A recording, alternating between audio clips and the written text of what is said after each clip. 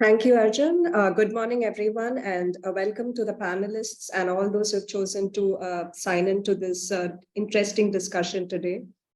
As we all keep hearing, ESG, sustainability are no longer buzzwords. Organizations are trying to pay a keen attention to understand what exactly this concept is. Is it just a fad, or can it actually help enable and enhance their businesses? And from that perspective, today's discussion will focus on ESG at the firm level or at the company level.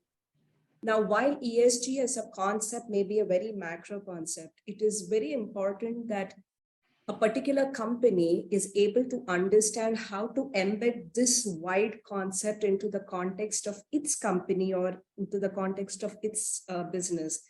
And I think that's where over the past couple of sessions, this being the 10th edition, the past couple of sessions, a lot of questions have come up in terms of companies and representatives of sustainability within the companies, seeking to understand what does it mean to actually implement ESG at the firm level? What are the challenges? What could be the benefits? And in most cases, how do they present it to their management so that it has the management buy-in? With this context, we start today's discussion. It's going to be a very engaging, interesting conversation. And I have two wonderful panelists, Bhavya Sharma and Ahmed Medhat, who have a variety of experience across different industries. So Bhavya, if I may start with you and understand from you, in an organization perspective, what are the drivers of ESG, and typically how should an organization start or look at ESG or approach ESG? This is an interesting one, and I'm afraid it probably doesn't have a straight answer. Morning all, this is Bhavya. I come from a background in infrastructure finance, as Aruna has already introduced me. And during that journey, when we were looking at projects, a lot of it was based in the UK and Europe, we found that a lot of the decisions that organizations took were driven by what the investors wanted them to do. So it can be a change that is forced externally, when people who are investing money in the business actually want you to do certain things to make the business, which in the case of ESG would be environmentally friendly, have a good impact on society, and have a good governance relationship with its stakeholders. The other way to look at it would be if the business has the maturity to go and look inside of itself and say, this is how we do business, this is how we impact the environment, this is how we impact the society, and this is how we want to progress it forward. Now, traditionally, there has been what is called a very short-term view on maximizing profits. And at the top, and that comes with its own toll, because it is a longer-term view where you're looking at what happens in the longer run. And I think ESG forces businesses to look at the longer run rather than maximize your profits in the short term. So this is essentially the driver. So if the organization has the maturity, and if the investors actually hammer that point in, businesses are forced to look into what is a quantifiable assessment of their sustainable practices. And that is what ESG is. So I think to answer your question, it's basically driven either by internal forces or externally by investors. But I think in an ideal scenario, we want the businesses to have that foresight before it's forced by the external environment. Right. Thank you, Bhavya. And I think you, kind of beautifully summed up the fact that there are different forces that kind of come into play when it comes to adoption of ESG. Maybe a lot of firms are doing a lot of this without calling it ESG or realizing it actually fits into a framework. And, the fact of the matter is always, fortunately or unfortunately, money does the talking. So whenever investors are putting money in, they do have a great amount of leverage to influence the businesses on how it needs to look at its operations. So Ahmed, if I can come to you kind of continuing that same point of view. While we know ESG is gaining importance, now it's not anymore a question of if I should do ESG, it's about when and how we start. But I'm sure there are a lot of challenges, and from your experience, you have more than 24 years of experience of actually being on ground in this field. So what are some of the biggest challenges that companies face when it comes to implementing ESG? Once they've decided, yes, we want to do it, but what kind of hurdles do they practically face when it comes to implementation? And how have you seen, or what would be your point of view on how these challenges can actually be overcome? First of all, good morning, everyone, and I'm so happy to be here and chat on this important topic. And thanks for Carbon Collective for inviting me and to be part of this great panel. I'm very eager to share my experience with you all and learn from you and from the audience. Of course, implementing the ESG framework can be a significant challenge for many companies, especially if they are new to this concept. One of the biggest challenge that can be faced with companies is to obtain the buy-in from the senior management and other key stakeholders within the organization. From my experience, to overcome this challenge, it is important to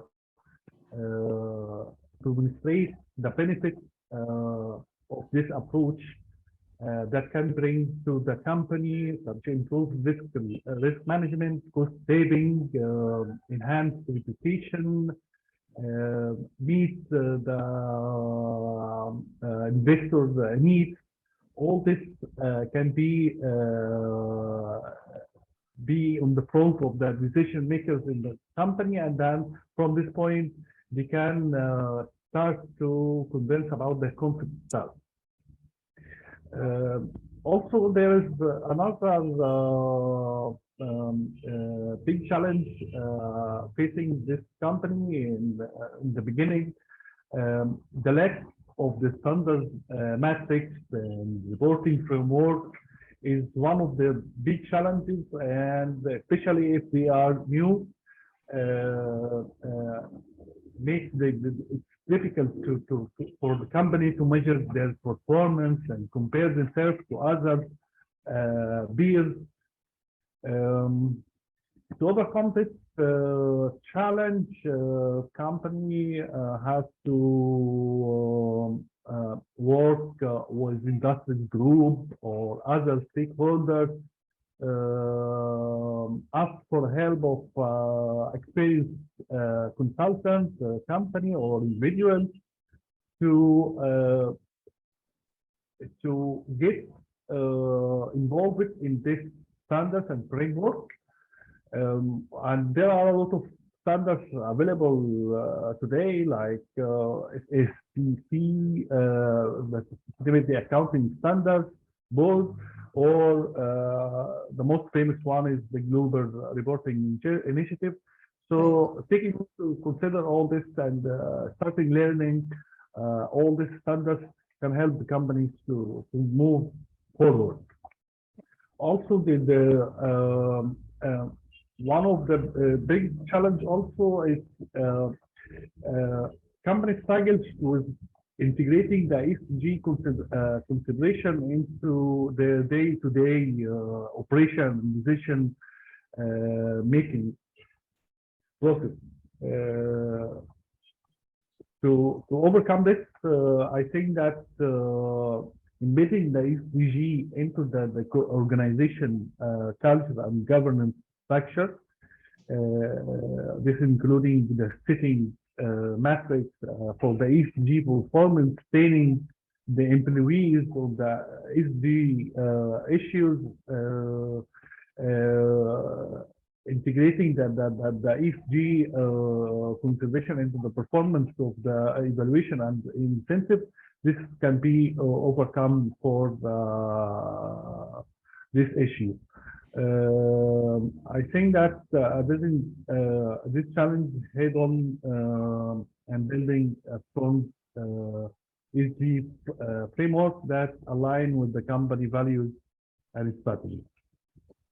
Thank you so much, Ahmed. And I think you made a very valid point that, while the E is usually more easily understood, the S and the G is where most people struggle in terms of embedding it into the organization. And right now, a lot of people are, in a way, within an organization, probably given the sustainability job without really being trained or having the right skill sets. And some companies feel going to an advisor or a consultant is very expensive, and they still don't understand what's the return on investment that they can get by kind of putting that big money out there for advisors and consultants. So it's interesting that you mentioned these challenges, and I think it's common across industries. I hear it a lot when companies kind of come to us for advisory, and it's great to see that there is a resonance. Now, you did touch upon an important aspect of stakeholders, and Bhavya, if I can kind of lean on to you to get your point of view. Ahmed did mention that there are a lot of stakeholders when it comes to adopting or starting on the ESG journey. Yeah. How do you look at the stakeholder value creation, and why is understanding stakeholders really important, and how do ESG practices actually result in optimized or a better stakeholder value creation? Because I think that's where organizations may actually see a benefit in embarking on this longer term approach. So what would be your point of view on that? Yeah, that's an interesting one, because I think what we need to start by looking at is the difference between how organizations can see what a shareholder is versus what a stakeholder is. And historically, I think I'm kind of drumming the same point again, that it has been a short-term view. Whereas when you look at the stakeholders, you're looking at a wider universe of people that you're interacting with during the course of your business. That might include your customer, that's your employee, that's also your supplier, that's also maybe occasionally your advisors, who knows. So essentially it's a wider universe, and what ESG tends to do is create value with a longer term view, because these stakeholders ultimately impact your business sooner or later. I mean, there's a lot of study out there which can evidence the fact that the new generation, the millennials, the Gen Alpha, are looking at products that have an ESG value attached to them. They are turning away from products that do not have an ESG proposition. Now, we can come to the point of whether that ESG is a credible proposition or not, but at least there's an organization which is thinking on those lines as opposed to someone who's absolutely not considering it. So that's one. You look at employees, again, talent attraction. People want to work for businesses that have a positive impact on society. People want to work for business, they want to be associated with businesses over a longer term, and so they want to put their energy and time into businesses that will then be around, because somebody who's not looking at ESG will be forced either to shut down or look at it. Is how I look at it. I mean, I've got a healthy skepticism around ESG. I know there are businesses out there which are touting an ESG practice where actually there isn't. But then there are also others which are actually seriously thinking about it. And again, when you go to advisors, I think you mentioned the point that we do not know what the return on investment is, or there might also be a case where you don't even know what the value is that advisor is bringing. And I think to that point, it's really the onus on the business to actually look inside them and see what they want out of that advisory proposal.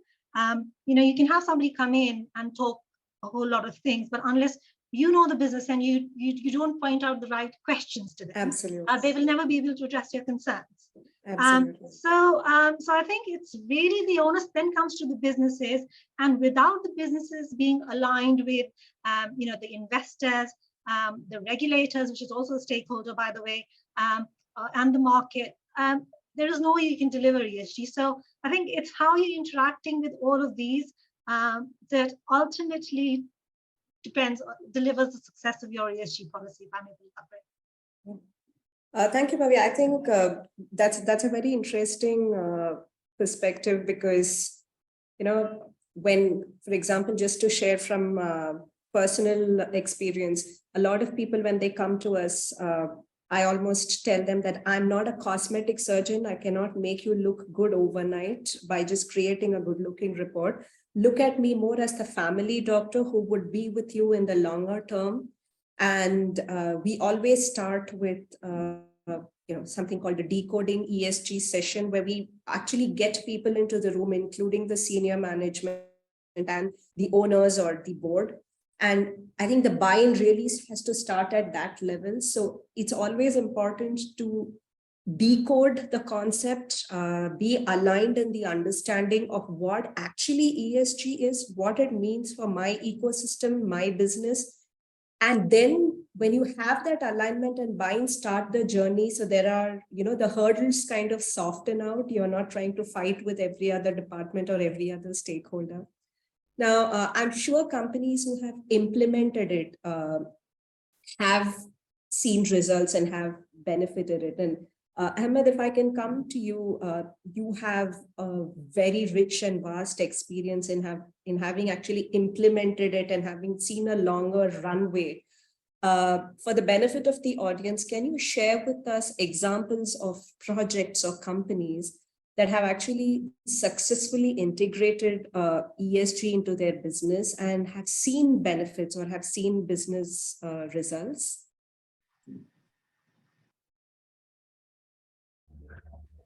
Of course, there are a lot of companies all over the world starting this journey and succeed to have this ESG incorporated in their strategy and their structure. Maybe we can have some well-known example. We can start with large companies like Unilever. This is one of the most examples for implementing the SDG and integrating the sustainability in the business strategy for over a decade. They are doing so. I think that Unilever has reduced its environmental footprint and increased its revenues by doing a lot of interventions regarding their water footprint, energy footprint. All this has been demonstrated that the company has the sustainability that can drive their business success. Another example for large company, I think that Microsoft is one of these companies that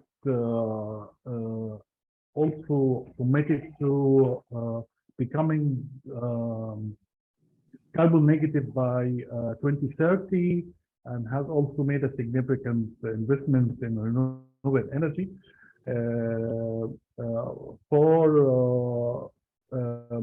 I think that for a small company, as I remember that there are a company in California called Numi Organic Tea. It's a family-owned tea company.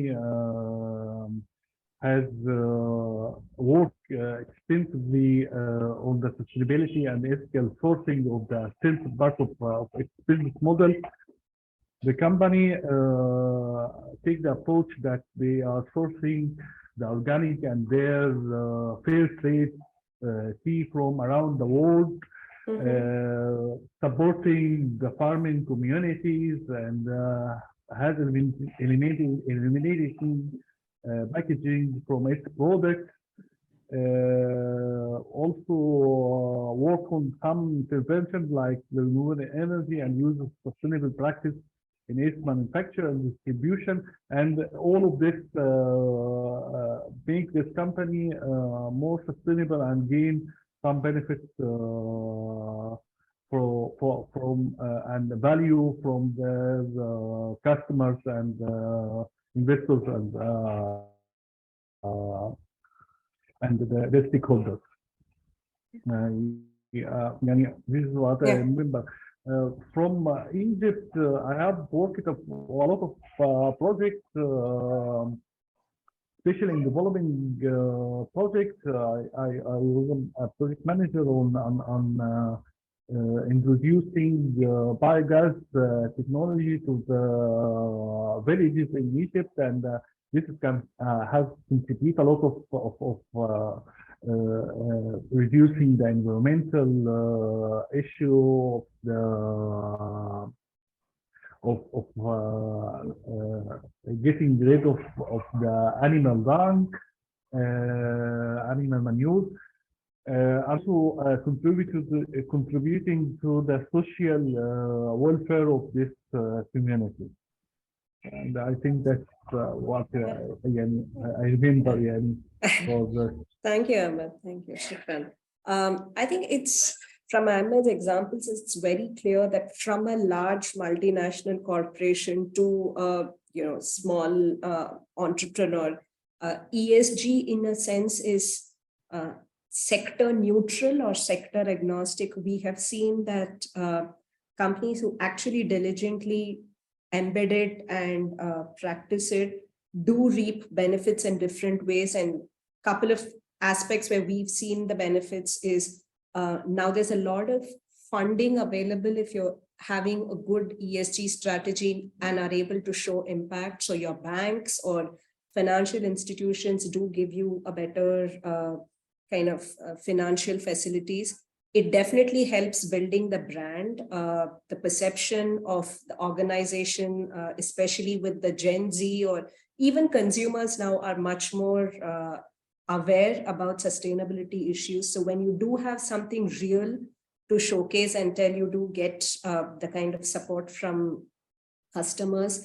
And from a very practical business development aspect, and for all the other companies who've logged into the call here, we do see that a lot of tenders that come out these days for big government projects or for large projects now have an ESG section.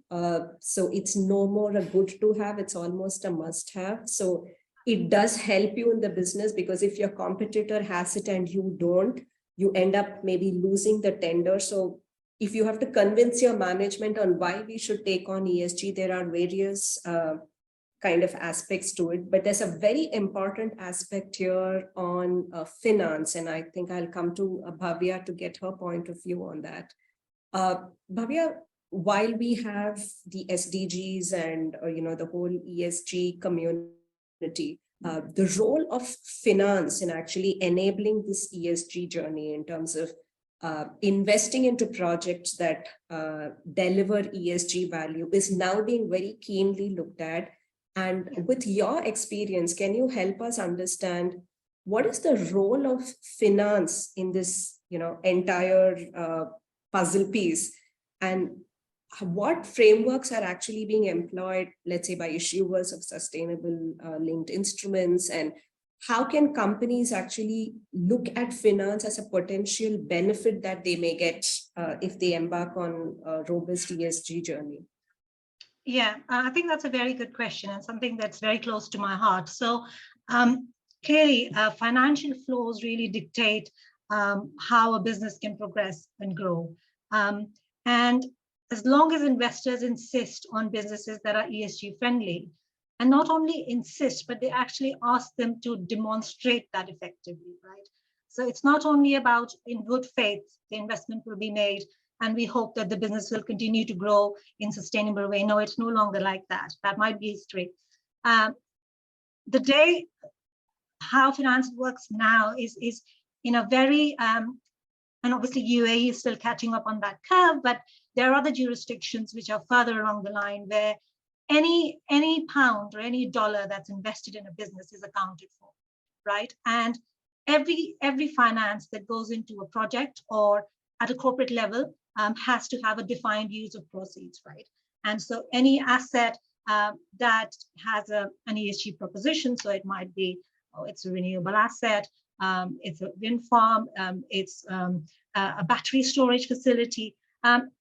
The ESG aspects of that have then to be demonstrated in what is called as key performance indicators, right?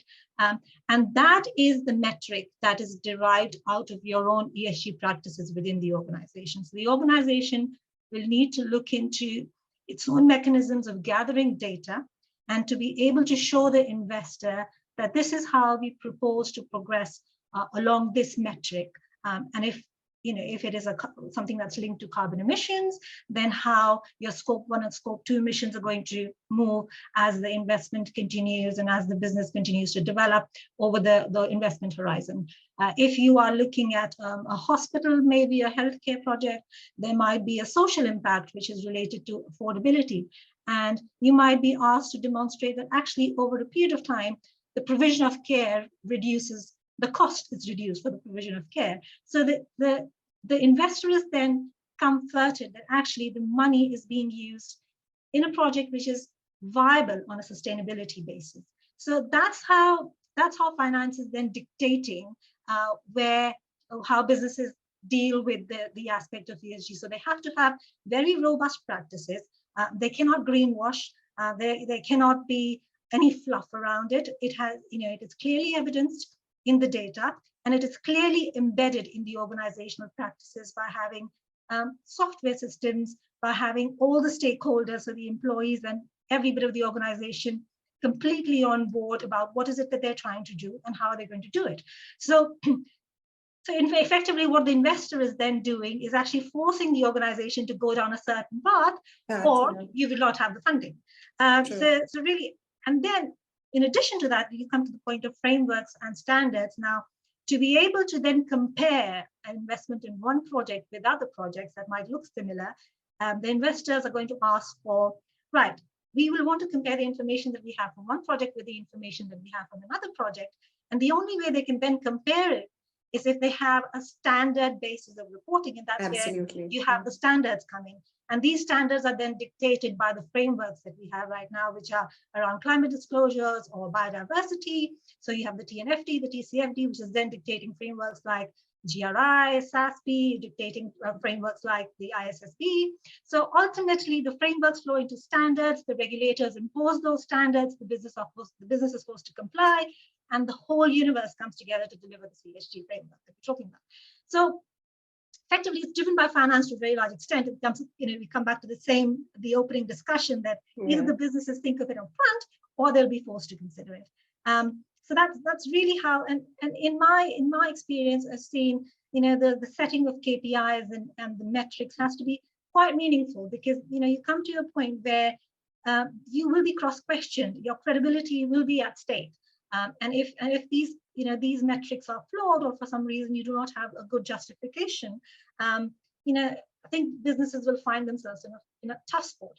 They don't have to, but I think investors are also benign in the sense that they do understand if a business is embarking on an ESG journey, that there is some breathing room, there is a growth trajectory. They will allow the business to mature, depending on where they are in their ESG roadmap, but you still have to evidence the diligence to comply. And then you can have benchmarking exercises with what the peer group is doing, what the industry looks like, and what the broader sector looks like. So essentially, there is a lot of resource out there. I think once you get your head around what you're trying to do, everything falls into place. Interesting. Thank you, Bhavya. I think that kind of is quite a loud and clear message that finance does have an influencing role to play when it comes to actually enforcing the adoption of ESG. And it really kind of, because we are discussing ESG at a firm level, it really comes down to the firm, if they're going to wait till it gets influenced, or can they be proactive enough to really start the journey from within and be more prepared, and probably kind of then become a preferred company for investors to look at and for banks to look at. And I can kind of validate that based on what I'm seeing from experiences, is like we're getting a lot more inquiries today from mid-sized companies saying, can you kind of help us get started with ESG?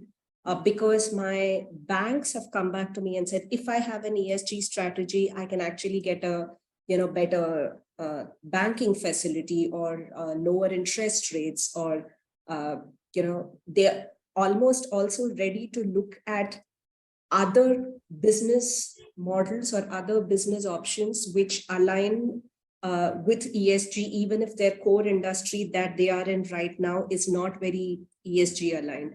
Now, on that note, Ahmed, if I can come back to you, we see a lot of companies who are, kind of using ESG to drive innovation and come up with like new business opportunities. Like now you have a lot of microgrid solars that are coming up. There are a lot of innovative water treatment projects coming up because companies know that, that is an impact area where if they invest some amount of time and energy, they're not only just creating impact, but they are kind of also playing largely in the ESG space. So from your perspective, Ahmed, how do you think, ESG plays a role in actually driving innovation and unlocking new business opportunities? Thanks for this question. I totally agree with you for that. ESG, implementing ESG in the company level can play in driving the innovation, creating new business opportunities.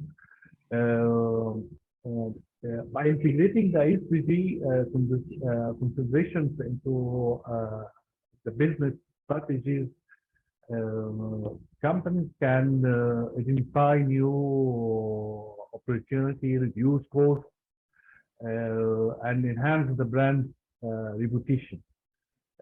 For example, if we take a company X that can be invested in renewable energy and energy efficient technologies, can reduce their environmental impact, and on the other hand, lower their operating costs. Similarly, regarding the social part of ESG, if they are investing in the employee wellness and diversity, they can improve their employee retention and increase their productivity. Also, ESG can also drive innovation by inspiring new products and services that meet the needs of their customers and stakeholders. For example, companies that are committed to reducing waste and promoting circular economy can develop new business models that incorporate product design, supply chain management, and end-of-life disposal. By doing so, companies can differentiate themselves from competitors, attract new customers, and create long-term value for their stakeholders. Completing to my colleague speak about the financing. For example, in Egypt, there are starting in the banking sector to introduce that from the central bank that every bank are now required to have a kind of sustainability unit, and this sustainability unit should have studied the risk of not implementing the ESG and taking all the consideration of ESG, and required the clients to report and include into their ESG matrix to the public in order to get this finance and get this loan at low level interest. So I think that most of the governments now all over the world are moving towards securing and taking into consideration the importance of the ESG and that can reduce the risk of not implementing the ESG, and the companies are involved to have finance from the bank. Thank you so much, Ahmed. I think you made a very interesting observation on, from an Egypt perspective, and I've had the chance of interacting with a lot of banks in Egypt and supporting few of them with their ESG strategy. And I can definitely echo what you're saying in terms of now, within some of the banks that we advise, we are seeing ESG being looked at as an opportunity and not a punishment. Few years earlier, ESG was being looked at as, oh my God, I have to do this now because someone ABCD has asked me to do.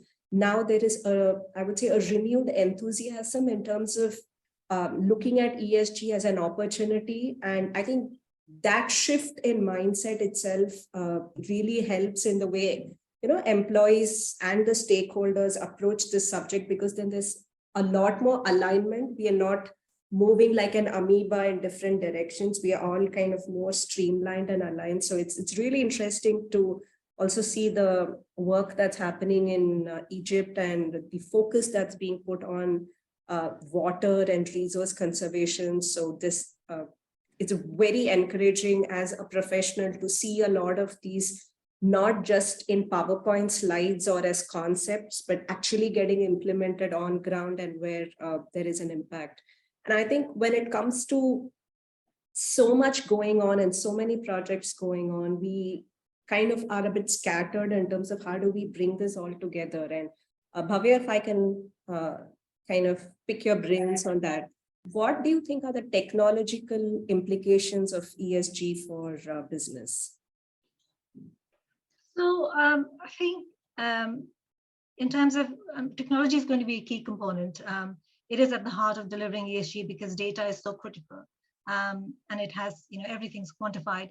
So unless you've got an IT system and a technological support to deliver that data requirement, it's going to be a challenge. So definitely technology is key. But what will, some of the key features that I anticipate, and of course, it's not all developed. It's still a moving feast.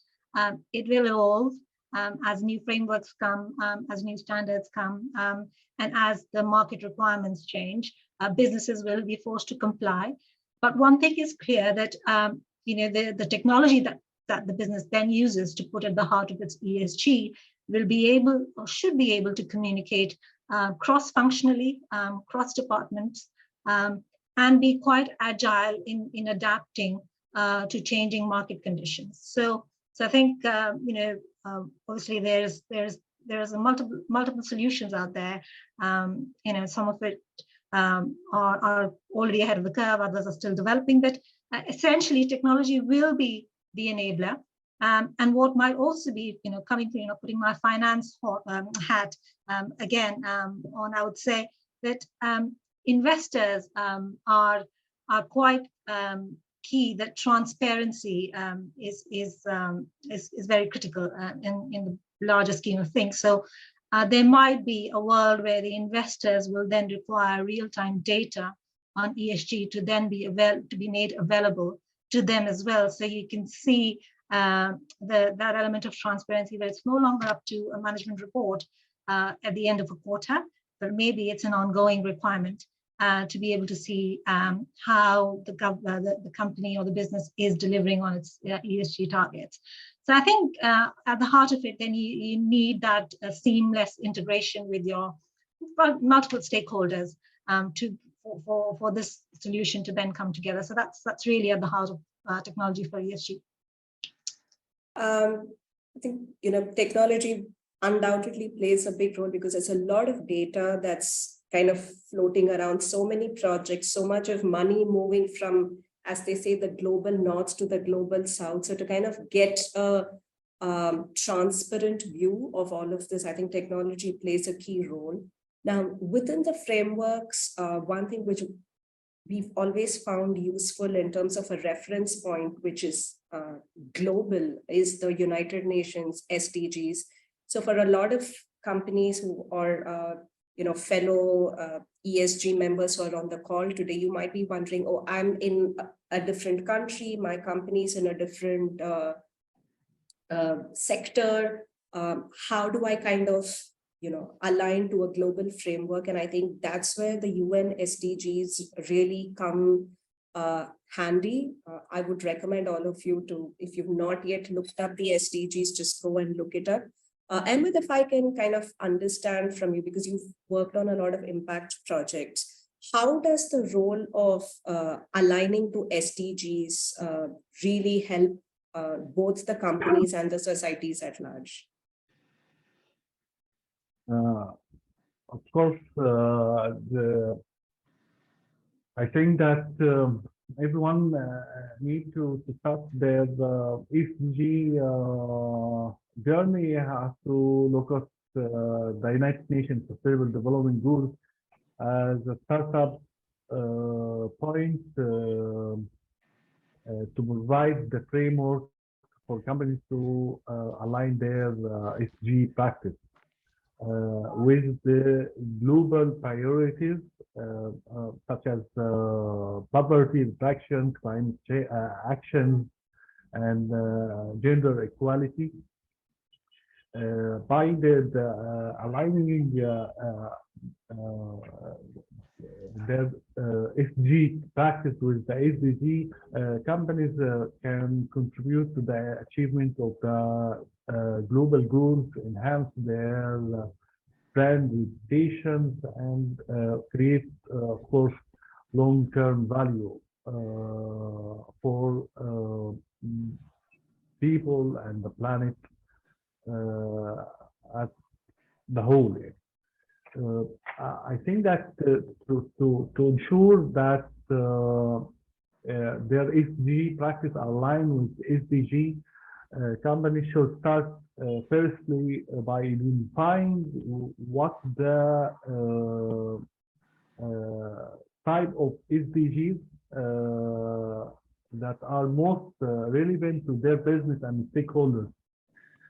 And this can be done through many ways, like the stakeholders engagement, materiality assessment, and of course benchmarking against their peers in the same sector. And once that these companies identify the most relevant SDGs to their company, I think they should develop a clear and measurable action plan for achieving their goals and integrating the SDGs consideration in their existing management system. Of course, by aligning this SDGs, a lot of benefits companies can be gained.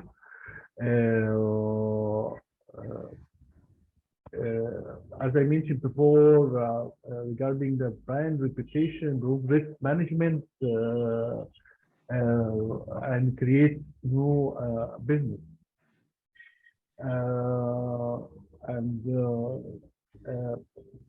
For a society at large, I think this alignment can contribute to the global goals, promote social and environmental justice, and create more sustainable and equitable community. I think that by working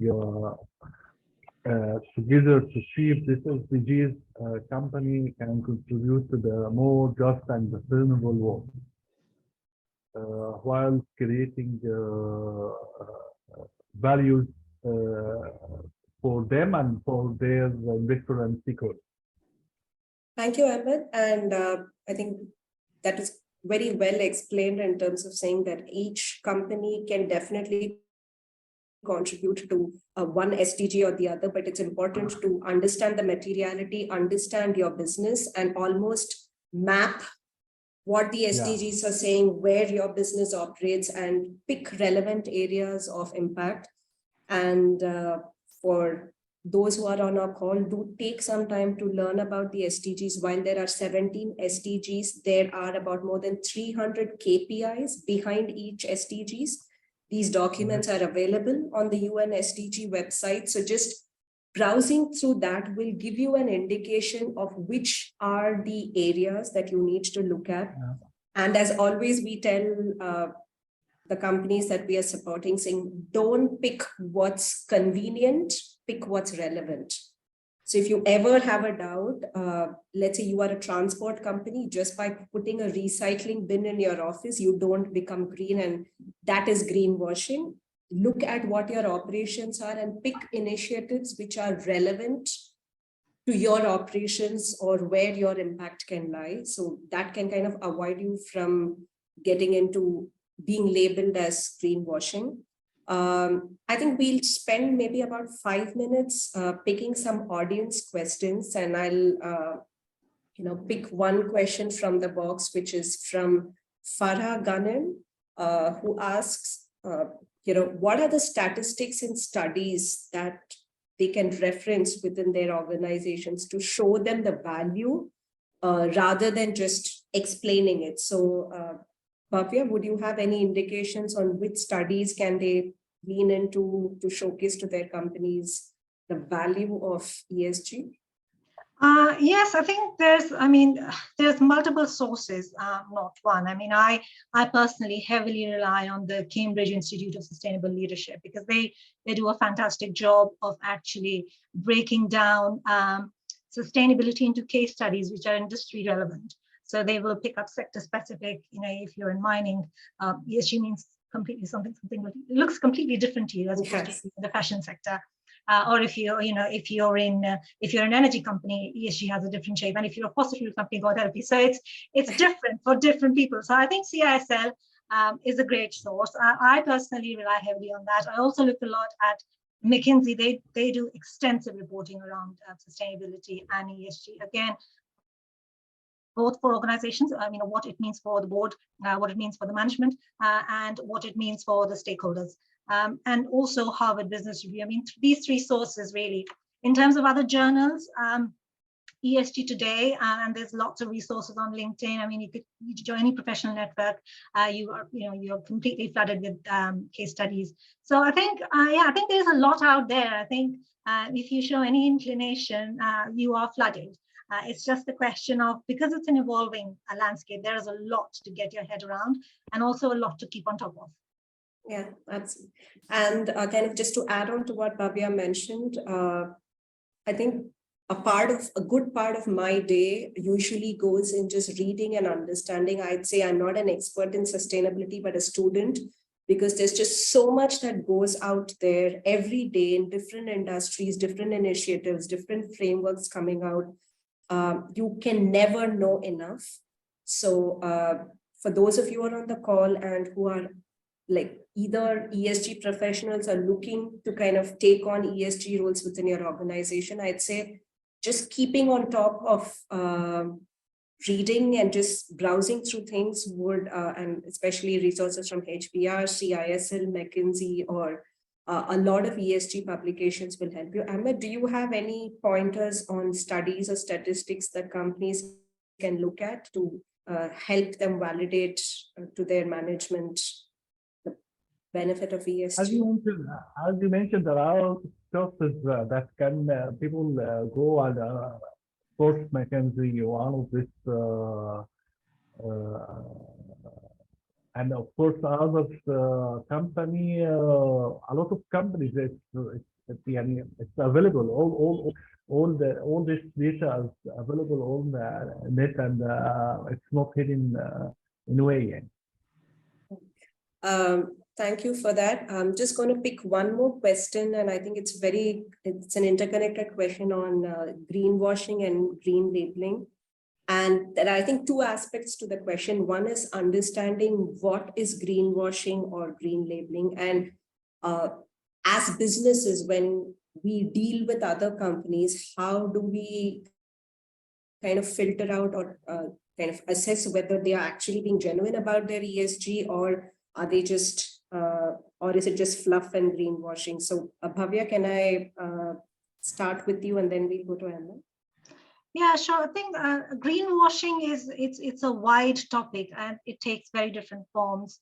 But it essentially boils down to where you are proposing that you are trying to achieve a certain sustainability linked target, but there's not enough around it. You're not putting your resources where the money is expected to flow. So it is as Aruna just mentioned, if you're a transport company and you put a recycling, that doesn't make it sustainable. So it's a bit like that. And also it's again the intent, because a lot of the time, what is happening is that corporates, especially where it's a funding which is based on the use of proceeds, but no specific asset has been identified against that funding. So it's really up to the corporate then to make sure that the money is going into the right direction. So the money is actually going into sustainable investment, as opposed to being used for, I don't know, I mean, the worst form of greenwashing would be actually the money was used for marketing. But that you've essentially trusted the company or the corporate with using that money. It was labeled as a corporate purpose loan, meant for sustainable practices, but actually it didn't quite turn out that way. So that's a classic example of what might be greenwashing. And I think there's been a lot of debate around, especially S&P have come out with sustainability linked issues with some green bonds and socially and social bonds, where the money has actually not delivered on the objective. So that's a classic example of greenwashing. And Ahmed, if you worked in a lot of impact projects, what's like the typical greenwashing scenario that you have come across, and how can people actually, is there a way to know if I'm getting into a greenwash trap or not? Of course, the issue of the green washing is a serious problem in the ESG world, and it must be tackled well. You know that the problem and the culture of the company that no one is needs that the company, when they go to the journey to be 100% sustainable or companies, no one asks for that. But the culture and the intention of this company needs to participate on this issue and make it not true for their customers, and just for to have a good image for this issue. And to tackle this issue is that we have to stick to a kind of independent certification or third-party verification to be sure for the transparency and to reduce the risk of the greenwashing. And such certificates can provide a standardized way for measuring and reporting the sustainability performance, which can give the customers and investors confidence in the accuracy and the company claim. So I think that transparency and authenticity one of the most important issue for the issue of the greenwashing. Okay. Thank you so much, Ahmed. I think this conversation is so interesting and can just go on for a couple of more hours, but we are mindful that we are kind of nearing towards the end of the session. I know the audience may have a lot more questions. Do post it in the chat box and we'll probably pick it up during the future conversations. Just to kind of bring it all together, both our panelists have shared very interesting, very practical perspectives on how you can look at ESG implementation at the firm level. So do you want to wait for your external investors to push it through, or do you want to start internally is the first choice? The next is ensuring that there is an alignment and there's an identification of stakeholders. So you're not just looking at the investor, but looking at a stakeholder ecosystem, which could include your customers, your employees, the community at large, your suppliers, the government regulators. So when you're starting on ESG, do look at it from a stakeholder perspective and not just a shareholder perspective. You could be having challenges to get buy-in, but I think that's where these awareness sessions really help. Look up case studies which are published in CISL, HBR, and other sources online. where there's a lot of good material and content that showcases that sustainability and ESG actually works. And finance plays a massive role. So being able to tap into sustainable finance can open up and unlock a lot of new opportunities that maybe your companies has not yet considered looking at. So do look at that aspect. Is I mean, the numbers are staggering, and every time I read up, the numbers are increasing in terms of, it started at being 30 trillion, now it's 53. And I mean, I don't even know how many zeros I need to add. So the numbers are mind-boggling, but considering even a part of it is actually available out there, there are a lot of serious investors. So starting your ESG journey on the right note without taking shortcuts, step-by-step approach, don't get overwhelmed by the journey. It will definitely give you the benefits, and it can greatly promote innovation because it will push you to think out of the box. So look within your organization and see what are the opportunities that you're missing, which could actually be an ESG-driven opportunity. And finally, a good point to align with is the UN SDGs. All the material is available online. Go look it up and see which SDGs your business can contribute to. And with these steps, you could kind of almost authentically start your ESG journey at the firm level. Thank you everyone for joining in. Thank you panelists, Ahmed and Bhavya. It was a pleasure having a very interesting conversation. Put on table a lot of interesting and practical information, which is going to be useful, I'm hoping, for most of our attendees today. Arjun, over to you.